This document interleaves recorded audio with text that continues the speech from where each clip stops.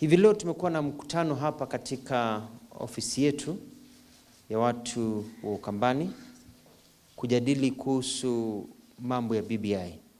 Wiki iliyopita tulikuwa na mkutano hapa wakati viongozi wa bunge la Machakos walipozuru wakasema ya kwamba wanaona mpango huu wa BBI hauendi vizuri, haswa vile mambo na mikakati inavyopangwa. Tukasema wacha tufikirie na tujiulize, je, mwananchi chini anataka nini? Tukiwa hapa hivi leo, MCA wa Machakos ni 35. Wanaotakikana kupitisha mswada ama kukataa mswada ni 30 ama 29. Kwa hivyo tayari walio hapa wakiamua kupitisha, watapitisha, wakiamua kukataa, watakataa. Kwa hivyo nguvu ya kupitisha katika bunge iko mikononi mwetu. Upande wa Makueni pia weko 25 ambapo kupitisha wanahitaji 22-23. Kwa hivyo tayari sisi tumesimama hapa tukiwa na the majority of the teams ambao wanasema ya kwamba hao wanataka viongozi waambatane vizuri kwa sauti moja na pia kulingana na maoni ya wananchi. Walienda kule ground na wametuambia kwamba kule ground walikuta mambo yakiwa 50-50.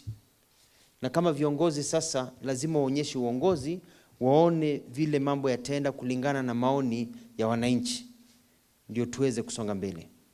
Tumesikizana na pia tumeongea kwa muda mrefu sana. Walikuja wamejikakamua kabisa na hasira nyingi sana.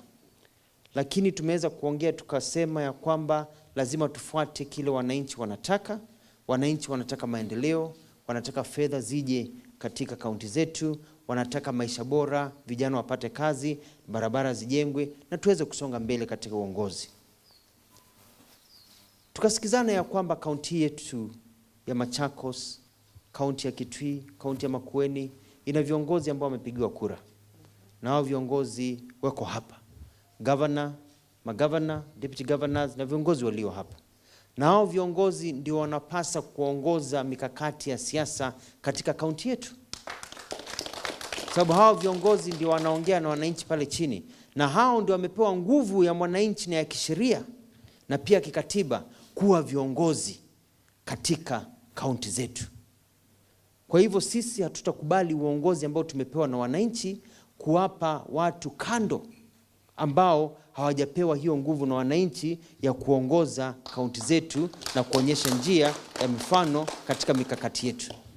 Kwa muda mrefu watu wetu wamedanganywa sana katika hali ya umaskini na kutumiwa ili wachache waweze kujitafutia nguvu na kuja kujitafutia pesa.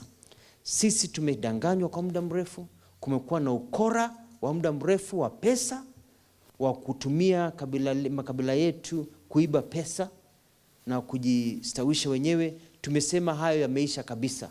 Sisi hatutakubali tena. Sisi tunataka sauti ya mnyonge aliye pale chini isikike na watu wetu waweze kupata maendeleo.